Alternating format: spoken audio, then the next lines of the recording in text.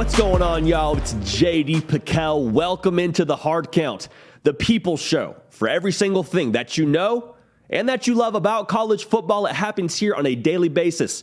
Nick Brake doing the heavy lifting. You can help drive the show by subscribing to the channel. It is game week. Last Sunday, it was game week more or less. We were on the front step of game week. But today, being Hard Hat Wednesday, we are right in the middle of week 0. We have Mental Monday, we have Tough Tuesday, we have today, Hard Hat Wednesday, you have No Sweat Thursday, Fast Friday, Game Day is Saturday. That's how we get down here on game week on the Hard Count. And I am so glad that you are here with us. You can also listen on podcast if you're into that sort of thing. So we're available via Apple Podcast, you got them, Spotify, we're there too. Wherever you get your podcast, the Hard Count is there for you. We got a great show lined up. Again, I am so juiced that it is football season, and I'm so juiced that you're here with us. We have a little inventory we're going to take of the Big 12 Conference. A couple new teams joining soon enough, but what about 2022? What is the current state of the Big 12, and how is that potentially going to shake out when it comes to this season? Also got to talk about the LSU quarterback battle. Got a little update for you there, as it is now a 2-horse race between Jaden Daniels and Garrett Nussmeier.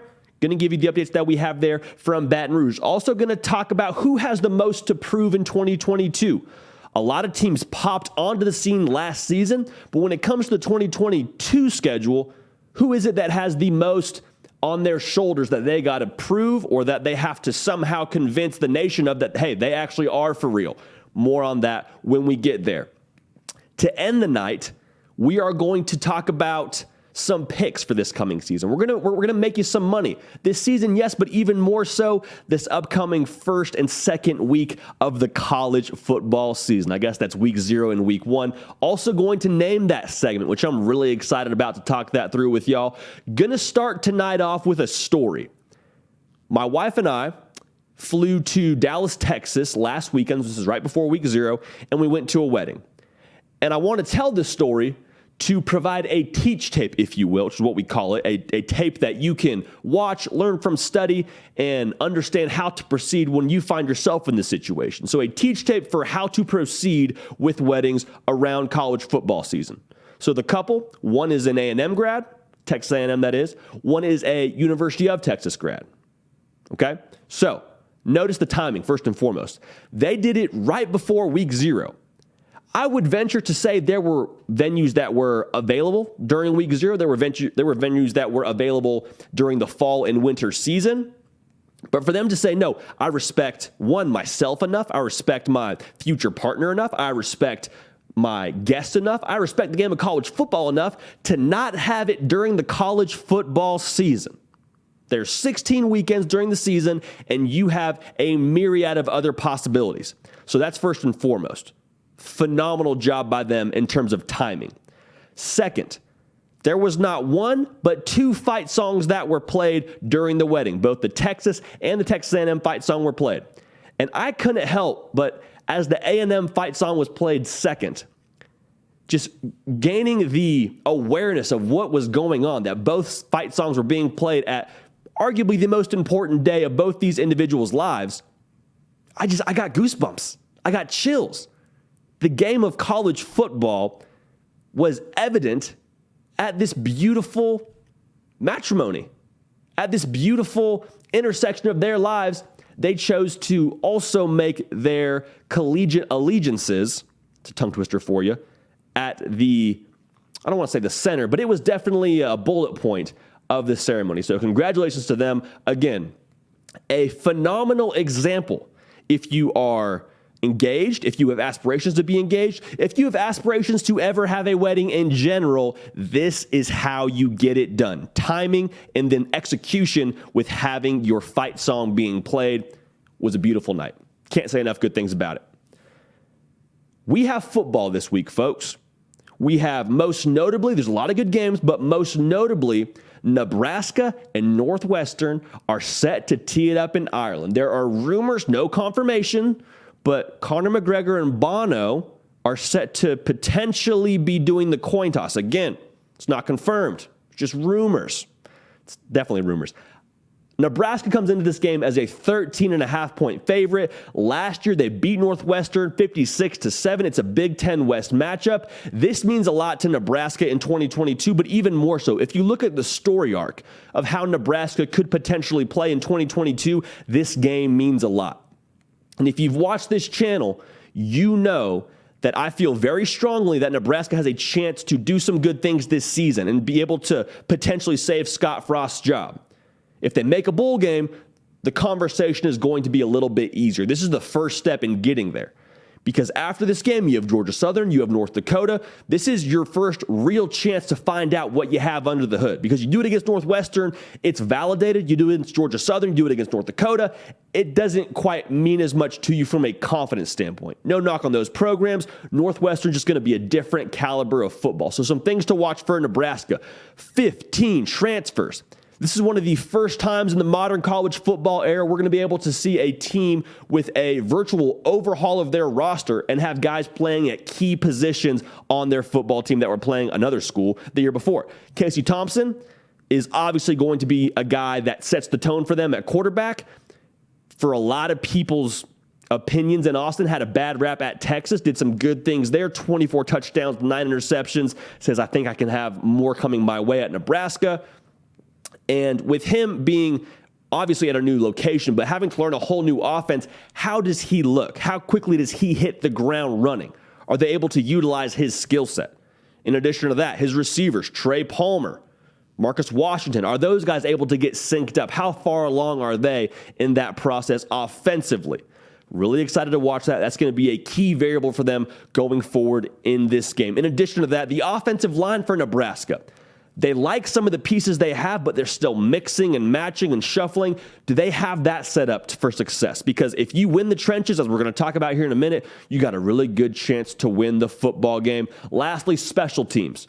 Nebraska now has a special teams coordinator, which they haven't had ever under Scott Frost. Bill Bush is the guy for them calling the shots on special teams. Also have a new punter in Brian Buschini.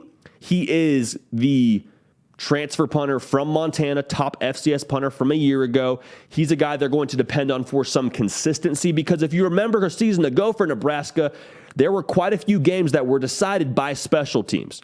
Over Scott Frost's career, really, there's been a lot of games decided by special teams and Nebraska's deficiency in that area of the game. Excited to see how far along are they in these different areas. For Northwestern, that is a really strong backfield. That's what they're going to lean on. Evan Hull, 1,000-yard rusher a season ago. Oh, by the way, you have 4/5 of your offensive line coming back as well as the tight end. So for Northwestern, the formula is going to be pretty straightforward offensively, in my opinion. They're going to pound the rock, feed Evan Hull, and then Ryan Helinski, the South Carolina transfer, who ended up being the starter later in the year for Northwestern. They're going to ask him to do some things off play action, and once the run has set up the pass.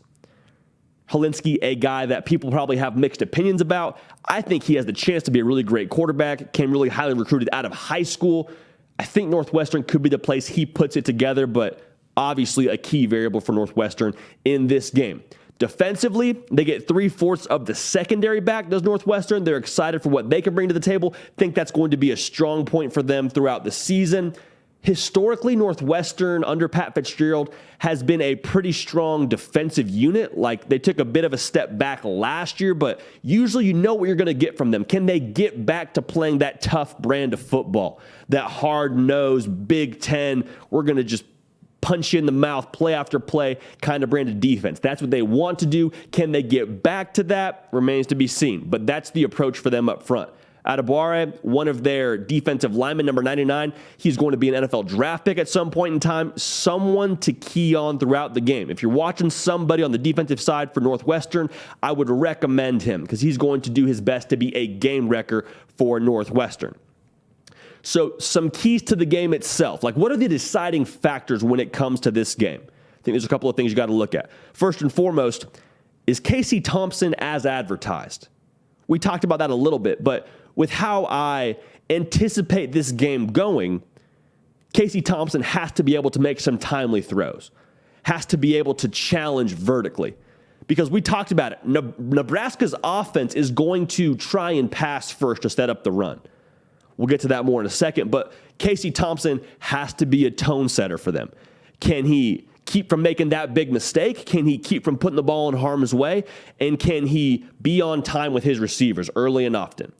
In addition to that, who wins the trenches? This is sort of a cop-out a little bit because you could really look at any game throughout the college football landscape and say if you win the trenches, you're probably going to win the game. I think that is crucial. In Nebraska, with all they're trying to figure out on the offensive line, that's going to be a really key deciding point for them, a deciding factor, if you will. Now, here's someone that I want to talk about that I think will ultimately be a game breaker for Nebraska. Anthony Grant, the number one running back at the junior college level, was at Florida State, goes the JUCO route, ends up at Nebraska. He is a guy that is going to be RB1 to my understanding. Ramir Johnson will be the wide back. You'll see him in the backfield. You'll see him in the slot. He's going to touch the ball a lot. But Anthony Grant is going to carry the mail for Nebraska. So what does this come down to for us? Here at the hard count, I have a hard time buying into Northwestern's offense.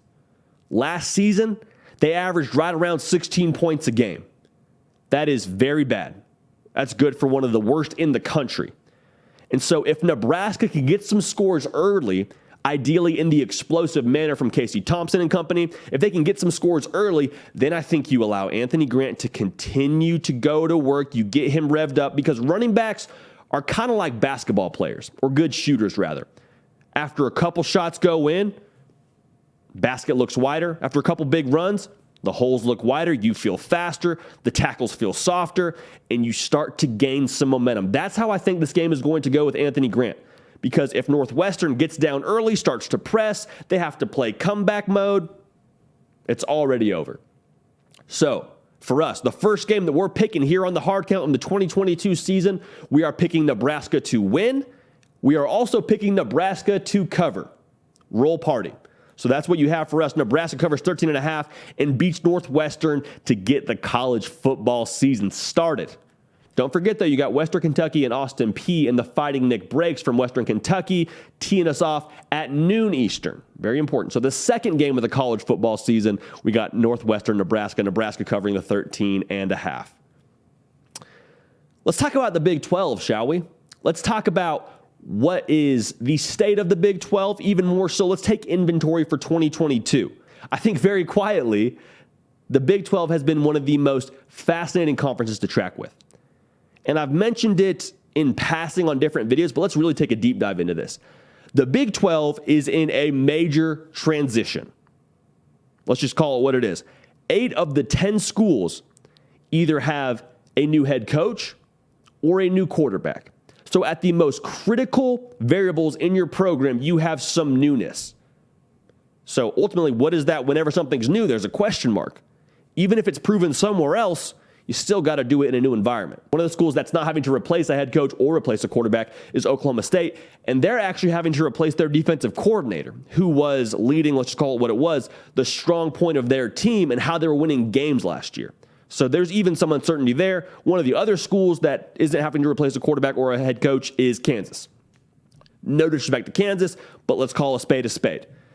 So ultimately, I think there's 2 scenarios that play themselves out when it comes to the Big 12 because of all of this transition. The first scenario is it's just gladiator style. Nobody's really a finished product yet. Nobody's really at their best. Everybody's vulnerable, and everybody just beats the heck out of each other. Like I said, it's just gladiator style. And nobody makes the playoff. Maybe the champion is a 2 to 3 loss team, and that's just how this thing rolls. The other scenario is the vacant throne scenario, meaning it's up for grabs. That seat is wide open at the top, and one program or maybe 2 programs put it together quicker than the others. Because when there's a lot of transition, it's like you're trying to put together some sort of Lego piece. You're trying to build a Lego car. Sometimes you're messing around with those pieces, seeing which fits here. But if a couple of teams can put it together quicker, well, then those are the 2 that, in my opinion, are in pole position to be successful and win the conference. So what I'm looking at most closely is 4 teams. Like I said, anybody could win this conference. That's the beauty of this conference this year and ultimately college football as it stands. You could make an argument for Kansas State because of what Adrian Martinez brings to the table. You could make an argument for West Virginia because of JT Daniels and be reunited with Graham Harrell. Those are all fair conversations, but to me, I think there's really 4 teams that we have to look at that have a legitimate shot at winning this conference. First and foremost, it's Oklahoma. Brent Venables, a first-time head coach, but with Jeff Lebby and Dylan Gabriel, you've heard me say it a million times, if they get synced up, which is ultimately the hardest part of getting a successful offense, is the offensive coordinator and the quarterback being on the same page, with their history, if they can get synced up as an offense, meaning the receivers and Dylan Gabriel get synced up, the offensive line and Dylan Gabriel get synced up, if they can all be on the same page quicker, which is the easier part of this transformation, they have a chance to get out of the gate fast. Because I just have a sneaking suspicion that with Brent Venables' history and his resume on the defensive side of the ball, they're going to be able to make quick work over there. Schematically, I think that's going to be something that comes together sooner rather than later in the season, no pun intended. Next, I'm looking at Texas. For Texas, the defense has to figure it out. That is just a variable that has to come together for them. But when I look at the offensive side of the ball, I see a really high ceiling. I think Steve Sarkisian does as well, and that's the reason why he went with Quinn Ewers. And so what I'm looking at for Texas is, let's just say the defense does figure it out, or the defense is par for the course. They're average. If the offense can be as special as we're talking about them being, even more so if Quinn Ewers can live up to his billing, well, then Texas is going to have a chance to make a case for themselves in the Big 12 Conference. Because if you've watched this show, you know how highly we think of Quinn Ewers. At the same time, we understand there may be some growing pains. Can you minimize those growing pains? Can you trust the running game with Bijan Robinson, allow him to do the dirty work for you, and then have the other variables come together around Quinn Ewers to allow him to be successful early rather than later? Because if he can live up to his billing, if he can figure it out early, watch out. Because the way people talk about Quinn Ewers, I mean, you would think he is the second coming in Austin. That's how highly they think of him. So how quickly does that happen remains to be seen. I'm not necessarily going to pick Texas in this segment to win the Big 12. I've already picked who I think the winner is. But what it comes down to is Quinn Ewers that guy? If he is, good things are happening in Austin.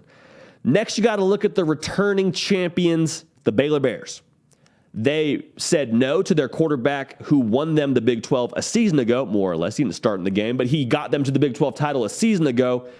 And they said, hey, we're going to go with Blake Shapen. We're going to go with the better arm, the guy who we think gives us a better chance to win football games. And they lose a lot on defense. I will admit that. They lose a lot on defense. They also lose their stud running back from a year ago, Abram Smith. So they got some holes to fill.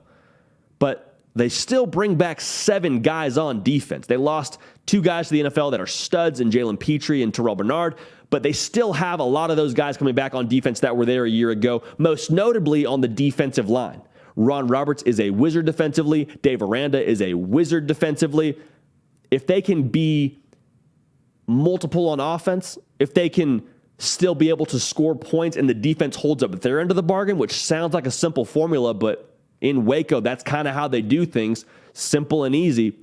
If they can execute to the degree they did a year ago and have the more vertical passing game, Baylor's going to be a force.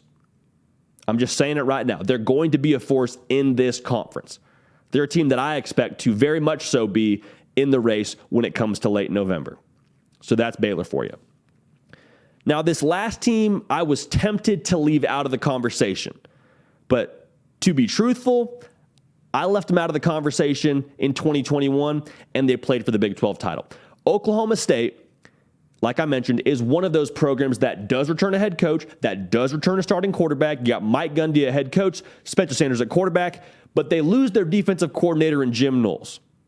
And like we already talked about, this defense won a lot of games for them a season ago. It was one of the best in the country. And so to lose the guy who was calling the defense for you, I think is a gaping hole. But Mike Gundy's a great head coach. They got to be better offensively. That's all it comes down to for me. The defense is not going to be nearly as good as it was a year ago. Can Spencer Sanders take that next step in what will be his last year at Oklahoma State? Because last year he was 20-12 in terms of touchdowns to interceptions. That's not nearly good enough. He has to be a better passer, and he has to ultimately just will this offense to more points. I think Mike Gundy will be instrumental in that, but Oklahoma State needs to be better offensively regardless. You cannot count out the Cowboys because of the reasons I just mentioned. Returning head coach, returning quarterback, they just find ways to get it done. Very curious about that defense, though, so it remains to be seen what happens there. Golly, a lot going on in the Big 12. So much to track there. You got UCF joining soon. You got BYU to join soon. Cincinnati. You have, who did I miss? UCF, Cincinnati, BYU. You remember, Nick? Houston. I think that's who it was, Houston. We got to talk about the LSU quarterback battle. It is QB1 reveal season right now. You got Jaden Daniels going for it. You got Garrett Nussmeier going for it. And it is anybody's race. Brian Kelly had a press conference yesterday, and he said it is close. If we took a vote in this room right now, you could probably get 50-50. So, they're very close to picking a starter. We just got to talk about the evaluation of both these guys, and we also got to talk about what gives you the best chance to win going forward, because that's what Brian Kelly is going to look at. So we're going to kind of solve that like an algebra equation. But Jaden Daniels, the notes on him are, hey, tons of ability, really good athlete. We saw some suspect things from him a year ago at Arizona State. 10 touchdowns, 10 interceptions. Is he able to be the passer that they need him to be for them to be successful? But Jaden Daniels is the guy that it sounds like they're sort of leaning towards right now because of his legs.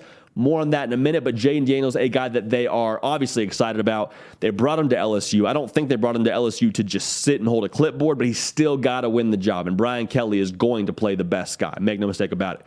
Garrett Nussmeier was originally, to my understanding, before this whole race even started, was on the outside looking in.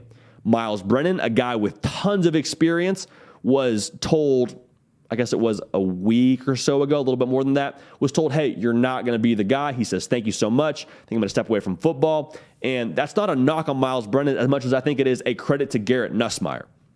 Because Garrett Nussmeier, by all accounts, has just continued to do the right things. Just has put his head down and worked. Was given awards for the way that he worked in the weight room, the way that he went about his nutrition, from the summer strength conditioning program. So he's a guy that they're excited about for the future, also insanely competitive. That's the other note that you get whenever you talk about somebody in Garrett Nussmeier. They just tell you, dude loves to compete. And that is crucial if you're going to lead a football team into battle as the quarterback. So when it comes to this battle for LSU, I think we need to treat it like an algebra equation, meaning we need to get to the answer and then solve for why. What is required of this football team? What is required for them to be successful at LSU in 2022? And we're going to solve for why, which is ultimately going to be the quarterback. Take a look at this. Brand new offensive line. So what does that tell you? You probably need somebody who can compensate. Whether that's getting the ball out quick, more than likely that means being able to escape pressure. Because how many of you know when you're breaking in some new big boys to that job, it might take a second for them to get synced up. So being able to take off and run and turn a sack into 4 yards, turn a sack into a first down, even to run out of a sack and throw it away, that's enormous. It cannot be overstated how important that is for your football team. In addition to that, the offensive coordinator, Mike Denbrock, he historically likes to call an offense for a dual threat quarterback. This is sounding more and more like it's taking shape, right? Jaden Daniels, if we're just solving for why in this equation of the LSU quarterback battle, fits the bill. Great runner, great athlete, can help erase some mistakes that this offensive line is going to make early on, is going to potentially have a more natural fit with the way the offense is called just from a base level. They're going to tailor the offense to whoever it is, but at a base level, Jaden Daniels fits that mold for what they historically would want in a quarterback. Now, here's my question. If Jaden Daniels is the guy who starts for you game one, is that his job or is that his role? Let me say it like this. Is it a marriage? Or is that more so a, hey, let's see where this thing goes. Let's see how Jaden Daniels does in game one. Yeah, we might need somebody to run around. We might need somebody to evade pressure to get out of a sack. Let's see where this thing goes. Or is it Jayden Daniels? It's your offense. You're our leader. Let's roll. Garrett Nussmeier, we appreciate you. We may need you at some point in the year if Daniels goes down, but Jayden Daniels is your job. This is your team. Two very different conversations, two very different headspaces for a quarterback to be in, two very different headspaces for a coaching staff to be in. Because my belief is you played Jayden Daniels game one for all the reasons we've mentioned, but it's not a marriage. It's not locked in. In fact, I'd be surprised if we don't see Garrett Nussmeier get some run early in the year. What I could very realistically see happening, and I've talked about this before on this program, it may be a matter where they just play the hot hand, and as this team develops, as this run game and the offensive line develops, you play the guy who's moving the offense the best. And with my own two eyes, from what I've been able to see, which is not behind closed doors, but from the spring game and from what I've heard, Garrett Nussmeier adds a new element to this offense vertically. You got Kayshon Boutte on the outside, one of, if not the best receiver in the country. He might be too good to leave off the field as this team matures. Now, how quickly does that happen? Another thing to talk about, but I think it's worth at least mentioning that I don't think this is set in stone if Jayden Daniels is your starter game one. So again, I'll say I think Jayden Daniels starts the year, but I think Garrett Nussmeier by game 8 has the LSU quarterback job. That's just how I feel about it. Either way, it sounds like they feel good about going forward with either of those guys. And two ways to look at that. If you have two quarterbacks, you have none, or you just have two quarterbacks, you make it hard on the coaching staff. That's how I think you would prefer to look at it if you're a fan in Baton Rouge. Who has the most to prove in 2022? A lot of programs can do it for a year. There's a lot of programs we've expected it from 4 years. But who has the most that is weighing on them when it comes to the 2022 season? I got 4 teams listed in front of me. We're going to go down the list here, walk it out, and just talk about what I think needs to happen and why there's so much weighing on them heading into 2022. We also posed this question on Twitter, and a lot of you hit on the teams that I was already kind of thinking of, so great minds thinking alike here. The first team feels like a no-brainer. It's Texas A&M. It has become the running joke that 8-4 is sort of the norm in College Station. And Jimbo Fisher is making a lot of money to go 8-4. Again, this is the national media view sort of talking right now. They need to be better, which sounds like a no-duh kind of statement. With all the talent they have in College Station, they are much better than 8-4. Now, I will say it so y'all don't in the comment section. I picked Texas A&M to go 8-4. Large part of that being who's playing quarterback. It's a really big variable, right? It's like picking out a car, not even knowing the engine. Who's playing quarterback for A&M? Going back to the car itself, though, a lot of pieces. You got Anaya Smith. Evan Stewart is allegedly him. You have Devon Achane, who is a track star and a guy who's supposed to burst out on the national scene this year. The defense is stupid. I mean, the defense is going to be ridiculous yet again. Do you have the piece to get to where you ultimately need to go and are capable of going at quarterback? I want to see it. I know everybody in College Station wants to see it, but if they go 8-4 this coming year, people are going to be unhappy. Jimbo's not getting fired. Make that very clear. He's not going to be on the hot seat, but people are going to start wanting to see some ROI. Now, I've gone on record. I think next year is the year for A&M. I think next year is the year because they got the answer in the quarterback room in Connor Wegman, who's going to be a stud long-term, but do they have it this year to get over that mark? The over-under for them in Vegas is 8.5. Now, I want to talk about this. Let's say they win 10 games. Actually, scratch that. Let's say they somehow find a way to win the SEC. I know this sounds far-fetched. Just roll with it. Let's just say they somehow find a way to beat whoever it is in the SEC title game. Jimbo Fisher will get the other guy's treatment in College Station. Free hot dogs for life. No drink. Can't do drink. Sorry. But Jimbo Fisher will have a statue outside of Kyle Field if he ends up doing that this coming season. If he does it ever in College Station, they'll build a statue to him. But you get where I'm coming from with this. There's really high expectations, and there's going to be high praise on the other side of that if they achieve and surpass those expectations. But nevertheless, a lot to prove and a lot of pressure in Aggie land going forward in 2022. Second team we got to talk about, the Clemson Tigers. The over-under for them is 10.5 wins. And it's funny to say there's a lot of pressure on them. They have the most to prove in 2022. But I think looking at the structure of Clemson and the way they've gone about this offseason, there is pressure for Clemson, and even more so Dabo, to prove that his way works. Because if you remember correctly, promoted inside for his coordinators, both OC and DC were on his staff, and he didn't go out and do a national search. He said, these guys deserve the job. It's on me. It's on our culture for them to be named the guys. Now, interesting to cite culture there. Interesting to cite the way of doing things. That puts a lot of the pressure and responsibility on your way of doing things to ultimately produce results. They won 10 games a season ago, and that was a down year for them, which should tell you enough about what they've done in Clemson, South Carolina as of late anyways.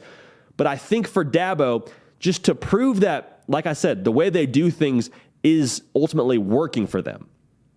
Talk about the quarterback position.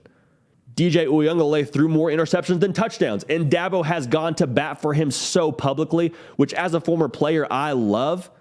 I mean, imagine being in your job, not having a great quarter, and then your boss going to the board and saying, no, this guy has got it. I'm telling you, I know what happened last year, but this guy has got it. Better put some respect on his name. That promotes so much confidence in yourself. I mean, that would just do wonders for your psyche. And so, again, it's great to say. It's a lot of fun to talk about, but you still have to prove it. You still have to prove that what you're betting on works. Spoiler, I think it will work. I trust Dabo, but it all remains to be seen in 2022. A lot to prove there for Clemson. Prove that the method works. Next, we go to Ann Arbor, Michigan. The over-under for the Wolverines is 9.5. And Jim Harbaugh is coming off a year in which they went to the Big Ten title and won that deal. Then they went to the college football playoff and got curb stomped. It's not a knock on them, really, because Georgia won the whole deal, and that's who they got curb stomped by. But for Michigan, I think they have something to prove in 2022, because you have to prove that this is now where you are in the college football landscape. It's one thing to do it for a year. I mean, ask Auburn. It's not an Auburn knock, but ask Gene Chizik. It's great to do it for one season, but if you can't follow it up the next year, it's sort of what have you done for me lately kind of culture in college football. And whether that's fair or not, I'm not really here to talk about, but Michigan needs to prove that they are for real. They can string it together. You lose both your edge rushers to the NFL. You can still continue to win at the rate that you're honestly expected to at this point win at. With a brand like Michigan, with a coach like Jim Harbaugh and the way he does things, they now need to follow up a Big Ten title win with, in my opinion, at least a Big Ten title flirtation. Game against Ohio State will be tough, but the schedule really isn't that difficult for Michigan. I mean, 9.5, they really should be a 10-win team at the least. We'll see what happens there, but pressure on Michigan to show that 2021 was actually who they are and not just the result of a couple of wins that went their way, or maybe they caught the right team on the right day, whatever it is. Michigan has to prove that they belong in the tier they put themselves in from a year ago. This is one I almost didn't add to the list, but looking at the win totals just up and down the board for the 2022 season, we got to put some respect on the Arkansas Razorbacks, y'all. The over-under win total for them is 7.5. I understand the schedule is brutal. I mean, the schedule is just horrific. However, they won 9 games a year ago. Bring the O-line back. Bring KJ Jefferson back, one of the baddest men in college football. Sam Pittman has that culture revved up. Get a big-time transfer in Drew Sanders. Bumper Pool's coming back. They got a lot of pieces coming back. Oh, by the way, Jaden Hazelwood on the outside, I think he's poised for a really big year. 7.5 wins. I put them on this list because if I'm Arkansas, I'm sitting there saying, that's all you expect from us? That's all you think about us is 7.5 wins? I mean, that's just a hair above making a bowl game. Did you not see what we did to people last year? Did you not see what has been built over the offseason? We got our quarterback coming back. For Arkansas, I think they have something to prove in terms of putting some respect on their name. And I'll be the first to say it. I'm pro Sam Pittman, pro Pitt Boss, pro KJ Jefferson. I think Arkansas is going to smash that win total and send a signal to the rest of the country that Arkansas is going to be a force to be reckoned with for years to come as long as Sam Pittman is there. I mean, I am fully bought in. I am drinking the Arkansas red color flavored Kool-Aid by the gallon. I can't wait for that. So those are the 4 teams that I think have something to prove. Texas A&M, Clemson, Michigan, Arkansas, all coming into the year with a little bit of a chip on their shoulder. Excited to see how they handle it. Now it's time for our gambling segment. And before we get into the picks, we got to talk about what we're naming this. And I'm very fired up to reveal this. We're calling it Against the Suits. If you're familiar with the acronym ATS, which stands for Against the Spread, no. Here on the Hard Count, we are against the suits. You want to know why? Because I have heard my entire life, house always wins. Vegas always wins. Oh, that's what you get. Vegas always wins. Shut up. Shut up. We are the people show here. And if I'm going to have some snob in Vegas who wears a suit and tie to work and runs whatever fancy hotel down there take my money, I'm not going to stand for that. If that's going to be his operation, well, we got another thing coming. Because the Hard Count and the people show and the people behind this show are coming for all the people in suits down there in Las Vegas. I guess up there, technically. It's not about geography. You get what I'm saying. We're against the suits here. We're going to take back what's ours. The house does not win here. We are against the suits. Couple of picks for you. This is sort of a bonus one. We'll start out with it. Arkansas 7.5 wins. Go ahead and book that. Go ahead and put out whatever kind of money you want on that. Feel really strongly. I think Arkansas wins more than 7.5 games. KJ Jefferson, Pitt Boss, for the reasons we already talked about, go ahead and smash that over 7.5 win total for Arkansas. Go ahead and get your money back. Get back what's yours from the suits. Looking at week 0, a game that we already took a little bit of a preview and prediction at earlier in the show, Northwestern and Nebraska in Ireland. Again, not confirmed, but Bono and Conor McGregor may or may not be there. Probably leaning towards the may not, but they may be there. The under on this game, or over-under I should say, is 49.5 points. The schedule travel-wise for both these teams has been nothing short of gruesome. It has been atrocious what these guys have had to go through. Jump on a plane, deal with jet lag, knock off the rust, get caught up on sleep. Also, by the way, Nebraska's rolling out virtually a whole new team. Northwestern was scoring 16 points on offense a season ago. I don't see a world where we see 50-plus points in this game from a total standpoint. People say life's too short to bet the over. Well, guess what life's too short for? Life is too short to be broke. So with that being said, we're taking the under.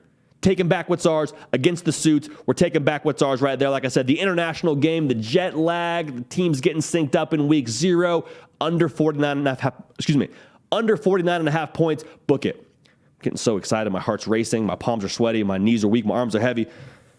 No mom spaghetti, but we're fired up. That's why we're talking at this pace right now. Next, we got Vanderbilt at Hawaii. The line on this game is a Vanderbilt minus 7.5. Listen. Vanderbilt has Mike Wright playing quarterback. And he said something at SEC Media Day that, quite frankly, I was bought in on. He's got a little brooch on, or whatever it was like a little pin, and it was a beetle. Whoever was doing the interview said, Mike, what does that pin mean?